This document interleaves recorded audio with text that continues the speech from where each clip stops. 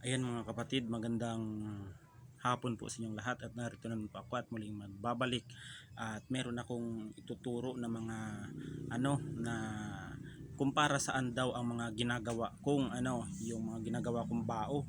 Kasi itong mga ginagawa kong bao ay may nag-order sa akin na isang sundalo, ayan, isang kaibigan kong karpintero. Ayan, tsaka itong pangsarili ko ay ang gagawin ko rin para sa aking pansariling depensa sa gamutan mga kapatid. Ito yung sa akin pang sarili ko. Yan.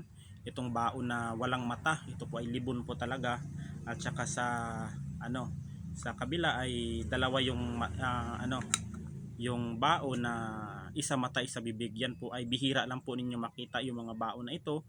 Itong libon, yan.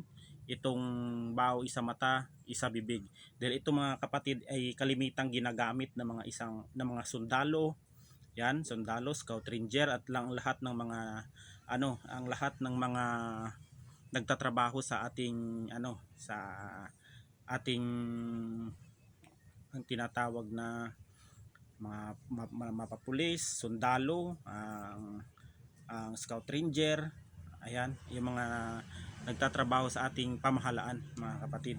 Ito ang kalimitang ginagamit nila, yung mga libon at saka yung isa mata isa bibig.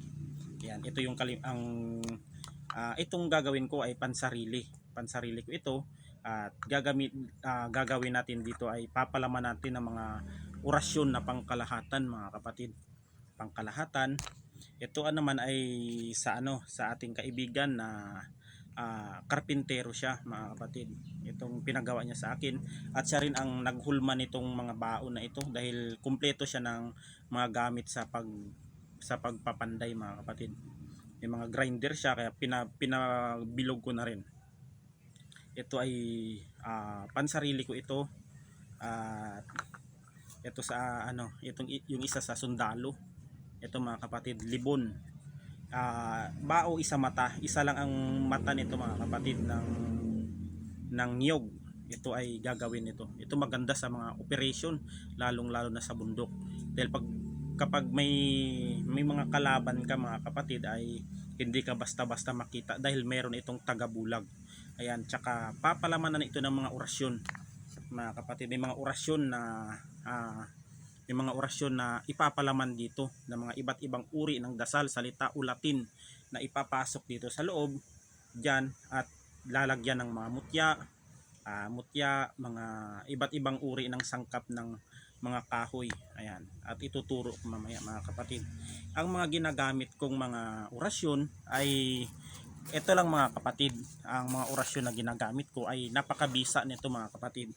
Ito, tatlong back to back na bond paper ang sasabihin ko mga kapatid. Kahit yan ay may aura yan mga kapatid, hindi yan basta basta mga kapatid. Yung mga yung mga gawa ko na mga sagradong salita ay may mga aura po yan. Kahit tignan mo yan sa bond paper mga kapatid, yan, may mga aura yan dahil itong mga ko mga kapatid ay isinulat ko sa isang bond paper, pinagsama-sama ko sa aking mga aklat at inisa ko upang ipalaman sa aking mga bao, sa aking mga kalmin.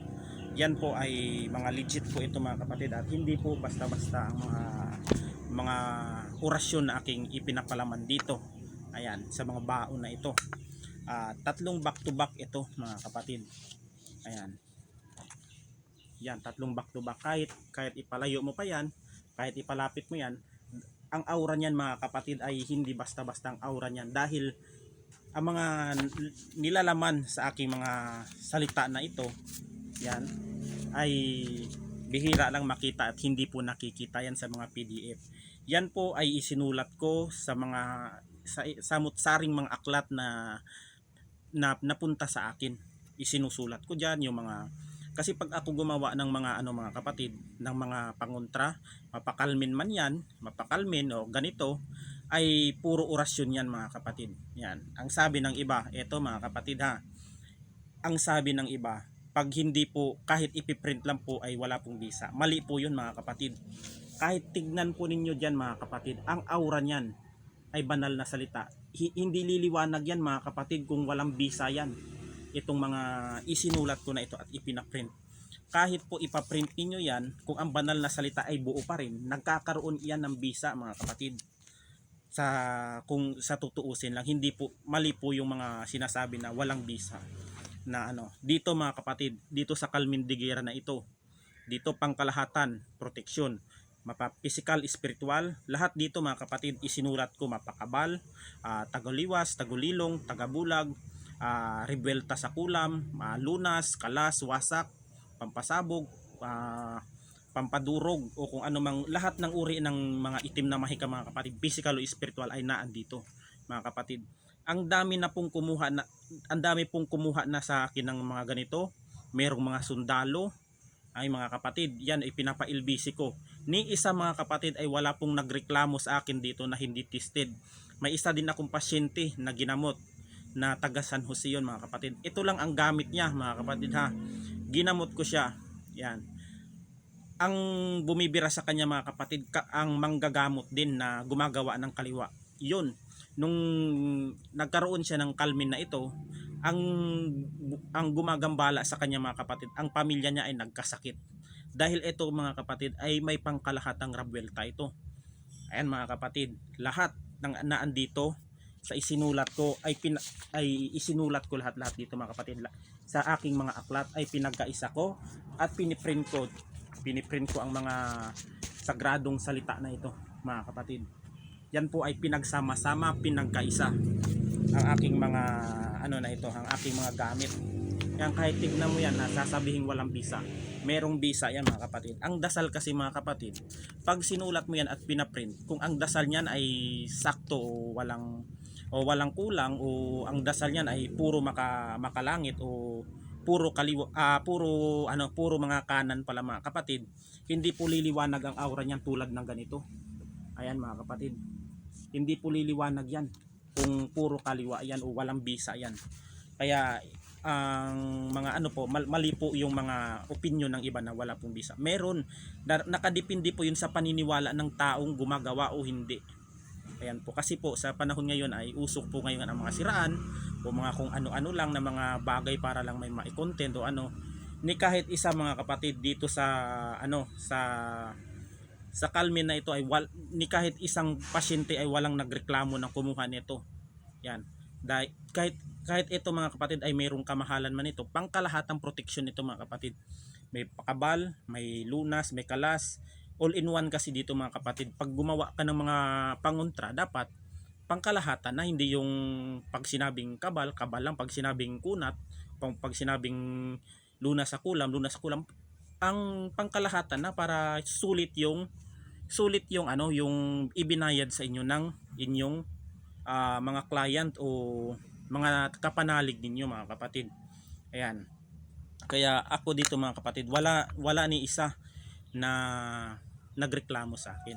Ito yung isa, yung sa sundalo, yung sa karpintero, at yung mga iba niyan ay pansarili ko mga kapatid. Kung gusto kong ipalimos ay ilalabas ko ang aking mga gamit, kasi hindi po ako naglalabas talaga ng mga gamit. At pinipili ko ang mga taong hindi ako basta-basta na inilalabas yung gamit ko, at saka kinikilatis ko ang tao na binibigyan ng gamit ko. Dahil sa panahon kasi ngayon mga kapatid ay marami po talaga ngayong hindi na mapagkakatiwalaan. Kaya kinikilatis ko ang tao kung yan ba ay karapat dapat bigyan ng iyong mga gamit o pangdepensa at saka ang kalimitan kong binibigyan o nagpapagawa sa akin ay mga alagad ng batas po. Marami po diyan ang kumukuha sa akin. Alam yan ng mga sundalo na mga kumukuha sa akin at mga kaibigan kong pumupunta dito. Ayan, hindi lang ako nagsasabi sa social media, kasi sasabihin ng iba mayabang. Hindi po ako naglalantad ng mga ganyan. Sa totoo lang, marami pong nagpapagawa niyan sa akin dito mga kapatid.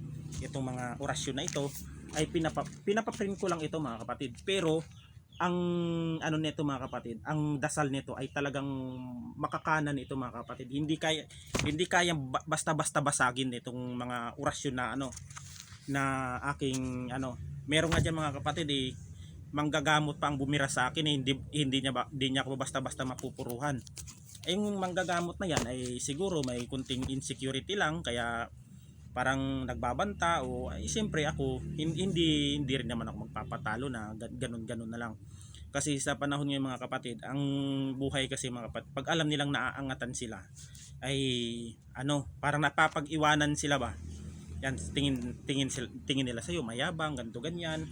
Tapos kung ano sa anumang mga ano hindi magpapatalo. Ako mga kapatid, hindi ako sinungaling na tao. Yung mga katarantaduhan o kung yung mga ginagawa nilang panluloko sa kapwa nila ay talagang ibubunyag ko yan ay para hindi rin yung ibang tao na makakakinig sa kanilang mga pinagsasabi ay may iba kasi mga kapatid napapaniwala, nadadala sa mga matatamis na salita nila para makuha ang simpatya ng tao. Pero yung mga sinasabi nila may kasinungalingan, may mga ano, mga kapatid. Ako kasi mga kapatid, hindi ako sinungaling na tao na lumalantad sa mukha na sa social media, nagagawa ng kwento. Ako mga kapatid, bago ako naging isang manggagamot, ay marami na akong mga karanasan.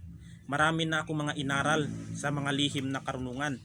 Sa totoo lang mga kapatid, inaral ko yan. 4 na taon akong nag-aral at sasabihin nila ba't nagiging maestro daw ako ay hindi naman ako dumaan sa tamang proseso. Hindi nyo kasi nakikita ang aking mga ano, ang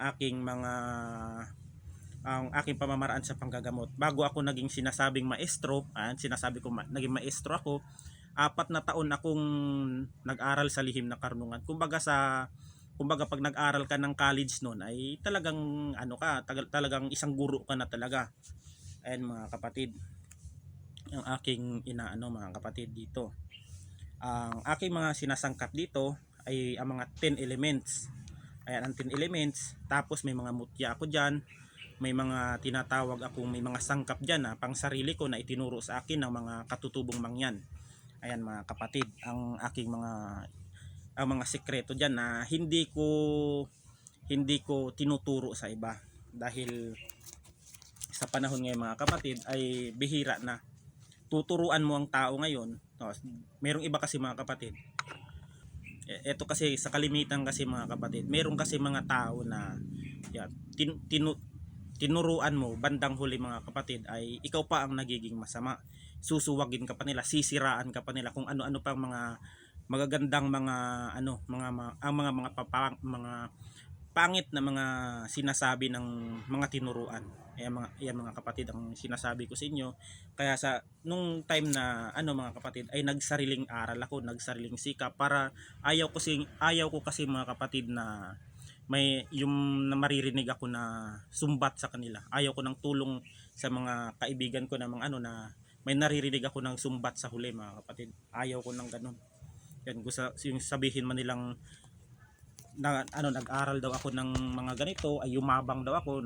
Siyempre mga kapatid, bago ako nagtahak ng lihim na karunungan na ito ay pinag-aralan ko para in case na may pasyente ako dito, hindi ako mapapahiya pagkaharap ko. Meron akong sa salita ay meron akong ibabala sa kanila.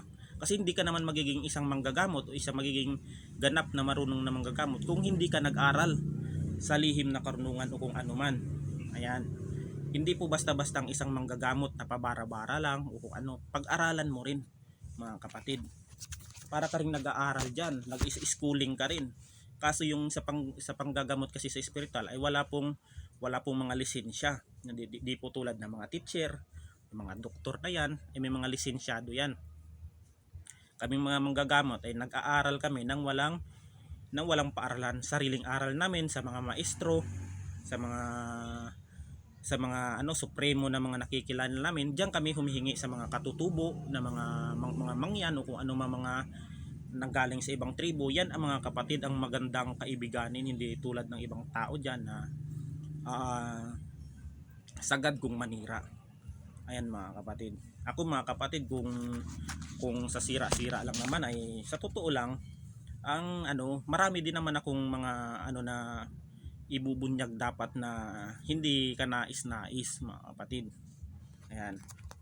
Bago ko po inilabas ang aking mga gamit na ito o aking mga sangkap tulad ng mga garapa, ayan yung mga garapa na ganito, ayan, at kalmin at saka mga bao, ayan, ay yan mga kapatid, bago ko inalabas yan ay subok na yan sa akin, kasi kung ilalabas mo yan na hindi mo nasubukan sa iyong personal o sa iyong sarili, ay mapapahiya ka mga kapatid, mapapahiya ka sa iyong sa mga taong nananalig sa iyo. Kung yan ay ilalabas mo na walang patunay sa iyo, na walang na wala kang napatunayan sa iyong sarili, tulad ng mga pangdepensa na ito, tulad ng mga orasyon, ay masisira ang pangalan mo diyan mga kapatid. Sa awa ng Panginoon mga kapatid, ang ni kahit isa ni kumuha ng ganito, yan, yung kalmin at yung garapan na ito at saka yung mga bao sa akin, ay wala pong nagreklamo mga kapatid, mga professional pa yan, wala pong nagreklamo ni isa. Yan ang katotohanan diyan mga kapatid. At bihira lang po kasi, minsan kasi mga kapatid, ang singilan ko dito sa mga ganito, sa mga baon na isa mata, yan, sa mga libon, ayan, isa mata, isa bibig, ay may kamahalan po mga kapatid. Bihira ka lang po makakita ng ganitong klaseng nyog. Sa 1,000 piraso ng nyog ay bihira ka lang makakita ng ganitong klaseng nyog na isa mata, isa bibig, at saka libon mga kapatid. Kaya po may kamahalan yan mga kapatid, na may presyo din, lalo na yung mga gamit, sangkap at yung mga orasyon na ito ng mga aking yan. Ang nito mga kapatid, apat po itong mga orasyon na back to back yan, na aking isinulat o nilikom o pinag-isa sa bond paper mga kapatid, na andyan ang pangrabelta, ayan, ang pagwasak na namang uri ng itim na mahika, kahit gamitan ka man mga kapatid ng mga gamit na galing sa sementeryo, ay hindi katatablan. Meron din ditong makalangit na mga pandepensa tulad ng mga korona, balabal, bakod, dyan mga kapatid. Kahit i-xerox man ito mga kapatid, kung ang dasal nito ay kumpleto, ay at nasa iyong sarili o dikit-dikit sa iyong nasa iyong katawan, at nakadikit sa iyong katawan ang iyong depensa tulad ng mga ganito o bao, ay didepensahan ka niyan mga kapatid. Didepensahan ka ng mga dasal na ito. Yan. May bisa yan. Sa totoo lang. Kahit yan mga kapatid, makikita mo ang aura niyan. Yan. Dahil yan ay sa liwanag galing ang mga dasal niyan. Ayan. Hindi po yan hindi po yan sa pinagmamayabang yung mga aral ko. Kasi ang mga aral ko kasi mga kapatid, ginagamit ko sa kabutihan. Hindi sa panlalamang, di sa panunubok, di sa panunubok ng para masabing sila yung malakas na antas. Mali yun, mga kapatid. Kung nag-aral ka para subukan ang kakayahan ng isang tao, wag ka nang mag-aral ng lihim na karunungan. Kung ganun kang klaseng tao, kung ba panglamang ka at inuuna mo palagi ang iyong inggit sa iyong katawan, sa iyong sarili, kung alam mong napapag-iwanan ka, wag ka dapat magalit. Kasi ako mga kapatid, kaya ko lang naman na abot yung mga na ito, na yung aking mga aral na ganito. Hindi po ako sinasabing nanira ako, di ako sabihing nagpapakasinungaling o simangta. Hindi mga kapatid. Hinigitan ko talaga ang mga aral nila bago ko nakamit itong mga aral sa mga ganitong klase. Ayan. Yan. Kahit may kamahalan man yung mga gamit ko, ay wala kayong magagawa pag sinabi ko ang lahat naman ng mga sangkap niyan ay binibili ko rin sa kapwa antingero. Ayan mga kapatid. Kaya pag sinabing may mga pandepensa, ay mas maganda talaga mga kapatid na may mga pandepensa tulad ng mga tato. Kahit ganito, isang piraso lang nito mga kapatid, gawin mong kalmin ito, di ka na mabasta-basta dito, kasi ang mga dasal dito pangkalahatan. Hindi pag sinabing pag sa kabal ka lang, yun lang ang hindi pangkalahatan. Dapat spiritual, physical ang iyong dapat diyan, iyong ipapalaman sa iyong mga gamit. Yan ang katotohanan diyan, para hindi ka basta mabasag. Batuhan ka man ng palipad hangin diyan, batuhan ka man ng kulam, o tigal po o paktol man ang ano sa'yo, kung ang depensa mo ay nasa baon na may pangkalahatan at may mga sangkap yan dyan na mga matitibay, hindi ka basta-bastang pasukin. Mas nagkakasakit pa nga yung mga taong gumagawa sa'yo ng masama o pinagbabalakan kayo kung ang inyong mga depensa ay malakas. Ayan po mga kapatid. Meron kasing ibang mga tao na malakas na ang mga depensa nila, nawawalan pa ng tiwala sa isang manggagamot. Paano kasi mismong manggagamot pa yung sumisira sa kapwa niya manggagamot. Ayan mga kapatid, tulad ng mga mutya. Ayan, kalimitan kasi sa mga mutya ngayon mga kapatid ay marami ng mga mutya na naglipa na ngayon na gawa na lang sa mga simento. Ayan, yung isang antingero na taga Mindanao, yung ako kasi dati mga kapatid, mga ignorante ako sa mga mutya. Kaya pag pinapapili ako sa mutya o sa anting-anting o amulet, mas magandang amulet mga kapatid. Dahil ang amulet po ay sagrado po yan mga kapatid. Hindi po basta-basta ang amulet.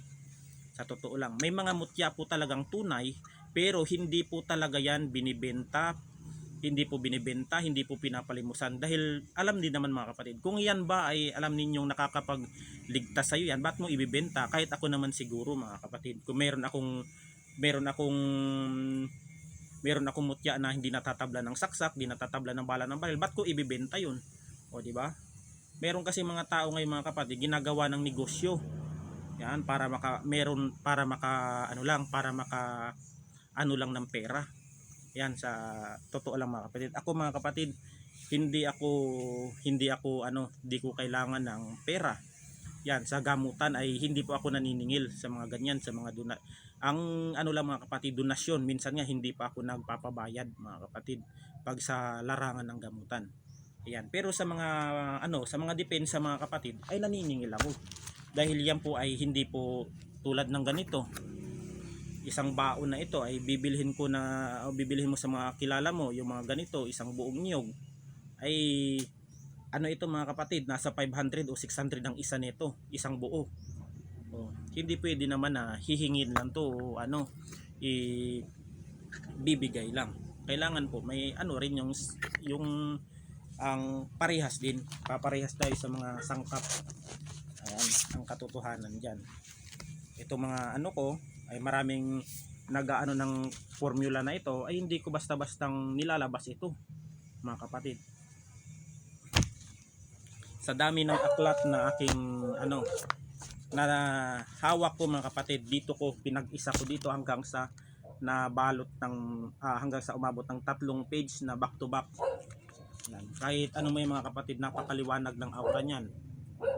Ayan, hindi po basta-basta yung mga gamit ko na mamaliitin mo ang kaaralan ng tao, mali yun mga kapatid. Ako hindi naman ako sasabing nagmamayabang, at tinuturo ko lang ang mga aking sikreto sa mga taong nananalig sa akin o sa taong nagtitiwala at sumusuporta sa akin mga kapatid. Dahil hindi ko namang ikakayaman yan, lalong lalo na sa mga kapwa ko manggagamot na susunod sa aming yapa, kung sino man ang magiging susunod na henerasyon. Kasi dito mga kapatid, ang pagiging panggagamot na ito ay mga kapatid, kaming mga manggagamot ay balang araw ay lilisan kami sa mga makakapanood nito mga video na ito.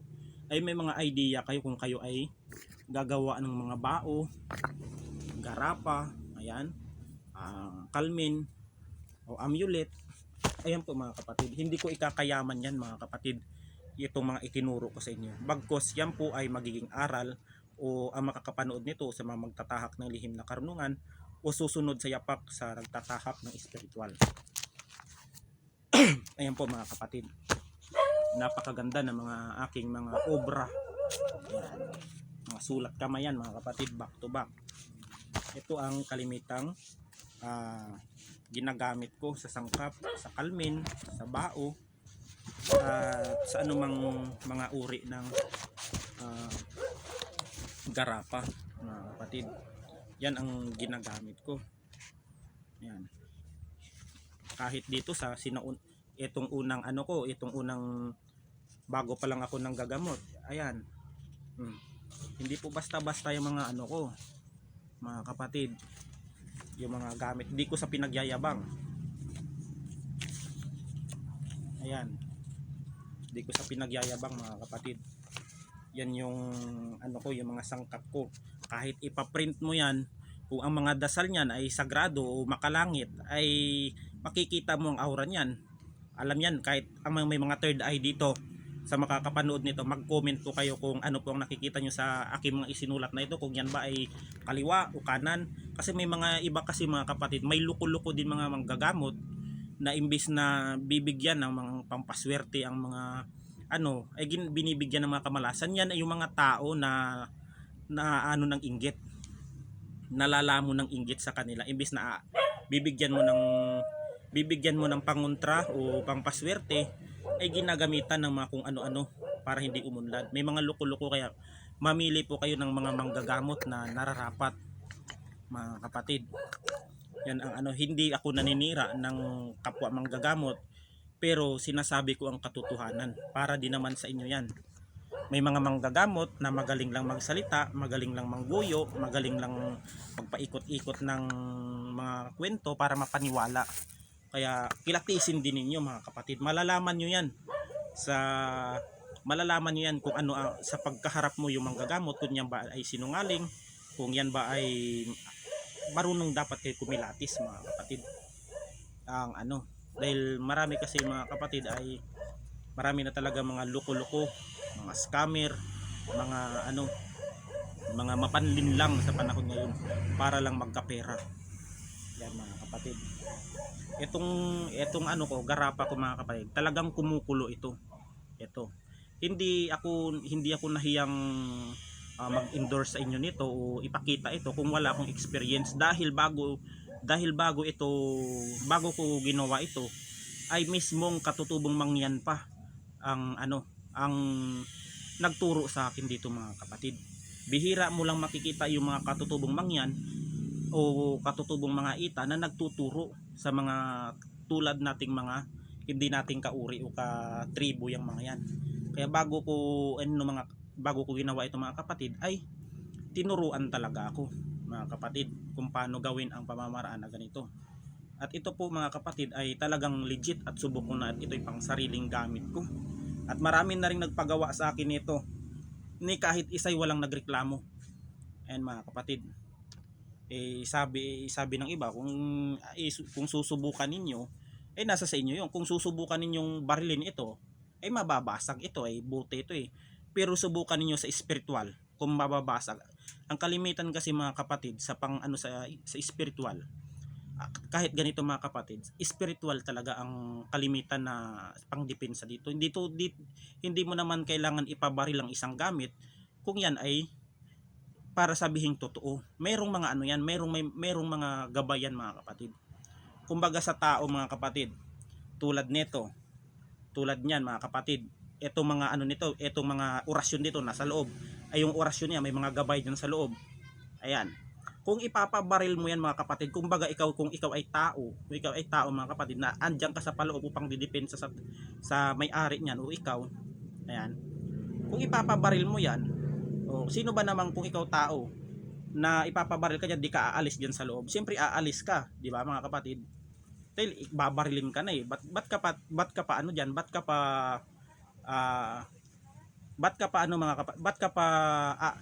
titigil diyan kung ikaw ay babarilin? Siyempre aalis ka mga kapatid. Ito mga kapatid, ang sino mang sumusubok sa mga gamit ay mapapahiya mga kapatid. Talaga mapapahiya kayo, kasi yung mga gabay diyan pag binabaril, aalis yan. Di mapapahiya kayo. Ganon yan mga kapatid. Ang mga gamit ay di dapat sinusubok. Nalalaman yan pag sa kagipitan na. Pag nasa gipitan na o sa labanan sa spiritual, physical man yan, spiritual, doon mo malalaman o doon mo masusubok ang gamit. Talagang ipagtatanggol ka yan. Yan ang katotohanan dyan. Hindi yan, ang mga gagamitan ay hindi dapat sinusubok para mapatunayan na yan ay totoo. Totoo ang gamit mga kapatid. Yan mo masusubok ang yung gamit pag nasa kagipitan. Hindi sa subok-subok. Yan ang katotohanan dyan. Yan sinasabi na peke, ganto ganyan.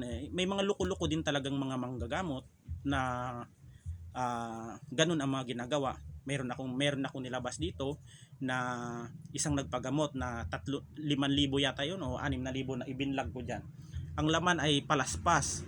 ang abo. Ay yung mga ganyan kasi mga manggagamot, mga ano yun, mga matindi na ang pangangailangan nun mga kapatid. Hindi nila iniisip na ang kanilang pasyente kung ano ang mangyayari mga kapatid.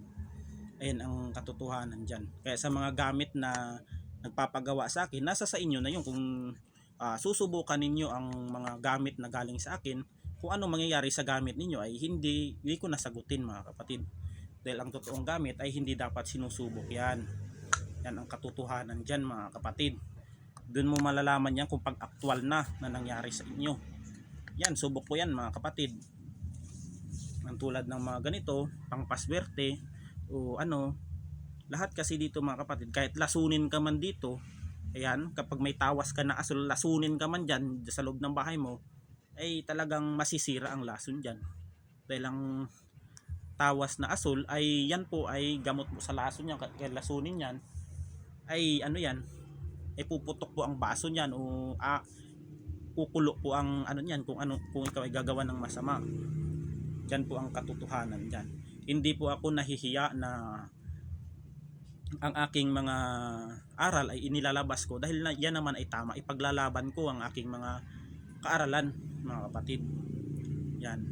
Sa akin kahit magtanong-tanong kayo sa akin kung ano, sasagutin ko yan basta sa mabuti. Pero pag ako ay binabastos ninyo o binawalang hiya ay ayan lang ang ano ko.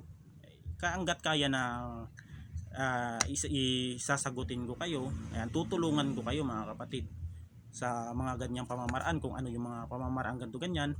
Basta kaya ko at mayroon akong alam sa mga ganyang bagay, wag lang sa mga kaliwa, pero pag kaliwa na ay labas ako dyan. Ayaw ko ng ganun mga kapatid. Walang sa totoo lang mga kapatid, walang gumagawa ng kaliwa na umaasenso. Yan po mga kapatid, wala pong gumagawa ng kaliwa na umaasenso. Walang yumayaman na mangkukulam, walang yumayaman na mambabarang, walang yumayaman na manggagayuma. Yan, bagkus po hirap po ang kanilang mararanasan pag ganun po ang kanilang ginagawa sa kanilang kapwa sa pamamagitan ng panlalamang. Ayan po, hindi po umaasenso. Ayan, ako mga kapatid, bago ako naging ganap na manggagamot ay maraming naging masalimuot sa aking buhay na nangyari, hanggang sa naging guminhawa na ang aking buhay sa pamamagitan ng panggagamot. Ayan mga kapatid, yan ang ano dyan, nasa sa tao yan mga kapatid. Pag ginamit mo sa kabutihan ng iyong kaaralan, na ginamit mo sa kabutihan, sa panggagamot o pagtulong sa kapwa na walang hinihinging kapalit tulad sa panggagamot, ay pagpapalain ka. Ayan. Yan ang katotohanan dyan. Kahit kailan walang nagreklamo dito na ganito ganyan sa akin, sa mga nagpagamot sa akin, na yung mga gamit ko ay hindi walang bisa. Hindi, mayroong bisa yan mga kapatid. May bisa dyan. Kung ikaw na nagtatangan yan, kung wala kang tiwala sa manggagamot at wala kang tiwala sa gamit, ay paano yan hindi naman ibibigay ng isang manggagamot yan sa'yo kung wala siyang napatunayan sa kanyang sarili. Yan po ang mga totoong manggagamot. Pero kung kulang ang paniniwala mo sa isang manggagamot at kung nag-aalangan ka na na bumili sa kanya o maglimos sa kanya ng kalmin, ay useless lang din mga kapatid. Merong naglilimos, mga teacher. Ayan, pero may mga may kamahalan din mga kapatid, kasi ginagawa ko rin, nagbabayad din ako sa mga kailangan sa sangkap. Ayan po mga kapatid, naway maging may matutunan kayo sa aking vlog ngayon. Itong mga dito mga kapatid, maganda ito sa mga negosyo. Yan, yung mga negosyo ka, pangdepensa sa sarili, hindi ka makikita ng kalaban kasi taga-bulag ito mga kapatid. Tatlo kasi yung mata ng nyog, ito ay isa lang. Isa. Yan. Itong dalawa na ito, maganda ito sa taga-bulag din. Yan. Itong libon ay ito kalimitang ginagamit ng mga sundalo na naglilingkod sa ating gobyerno. Yan, tatlo ng sundalo ang nagpagawa sa akin ito. At hindi naman hindi ako nagbablog ng mga ganito dahil at yung mga pangalan nila ay hindi ko mini-mention kasi mahirap kasi mga kapatid, at lalo na ay sila sundalo at naglilingkod sa ating gobyerno. Ayan. Ito rin mga kapatid ay sa ating kaibigan na karpintero. Yan. Gagawin natin ito pag wala ng bagyo. Yan. Pag wala tayong pasyente ay gagawin natin ito. Kumpleto na, may mga sangkap na diyan, may mga na tayo diyan. May mga gamit na tayo sa sa spiritual. Yan lang ang aking sa inyo, iba-vlog ngayon mga kapatid. Ayan. Para mas lalong may yung iba may matutunang aral o kung paano gawin. Ayan.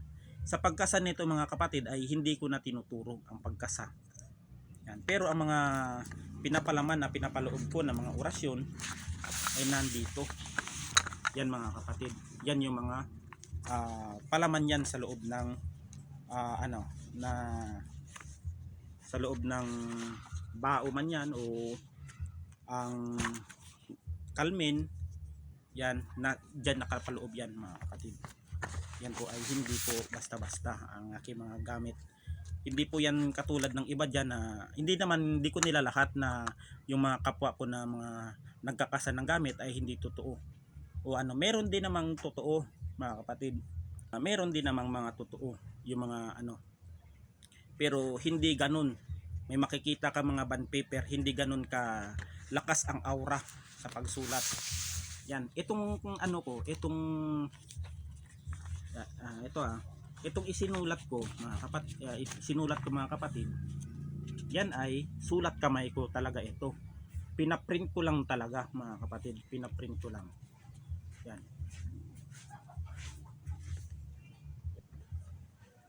Ayan, pinaprint ko lang talaga mga kapatid para magkaroon ng depensa mga taong naniniwala sa akin, sa mga taong magpapagawa. Kung di naman kayo magpapagawa, di ko kayo pinipilit mga kapatid.